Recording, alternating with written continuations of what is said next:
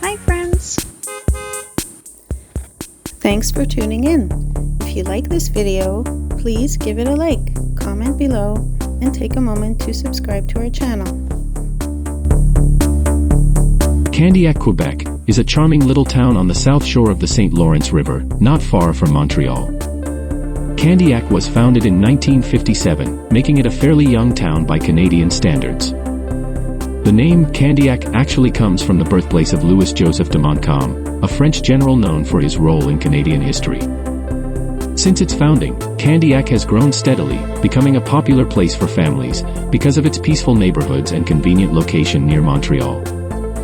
One of the things you'll notice about Candiac is how green it is. The town has over 20 parks and green spaces, making it a great spot for outdoor activities. Parc André J. Coty is one of the most popular spots, where people come to relax by the river, go for a walk, or have a picnic. The town is well planned, with lots of trees and pathways that give it a nice, relaxing feel.